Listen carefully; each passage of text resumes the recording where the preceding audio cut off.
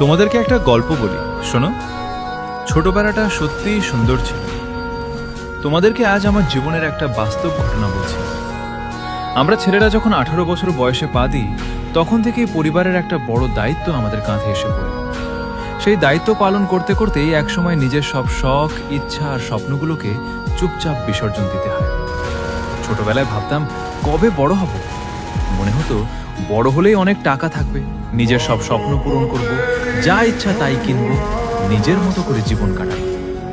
আবার স্কুলে যাওয়ার সময় বড় ভাইদের দেখে মনে হতো, আহা, কবে ওদের মতো বড় হব, তাহলে আর স্কুলে যেতে হবে না।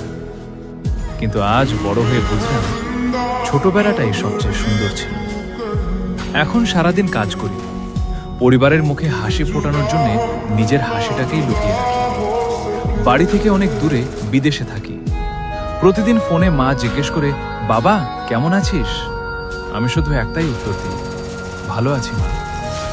কিন্তু এই ভালো আছি কথাটার আড়ালে কতটা কষ্ট, কতটা একাকিত্ব আর কতটা ক্লান্তি লুকিয়ে থাকে সেটা শুধু আমিই জানি।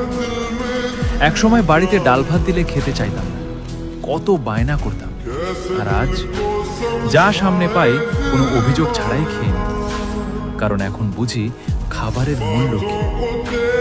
একসময় সকাল 9টার আগে ঘুম ভাঙত না, আর এখন প্রতিদিন সকাল 6টায় উঠে কাজে যেতে হয়।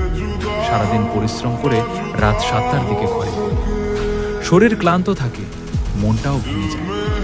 তখন নিজের মনটা একটু ভালো করার জন্য মোবাইলটা হাতে নিই, ফ্রি ফায়ার খুলে 2-1টা ম্যাচ খেলি।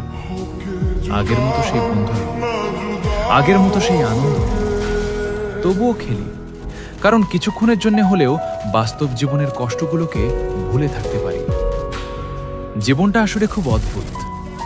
ছোটবেলায় বড় হওয়ার স্বপ্ন দেখতাম, আর আজ বড় হয়ে প্রতিদিন মনে হয়, হেস, যদি আর একবার ছোটবেলায় ফিরে যেতে পারতাম। আর তোমাদের যদি জীবনে কোনো গল্প থাকে তাহলে আমাকে কমেন্টে লিখে পাঠাতে পারো।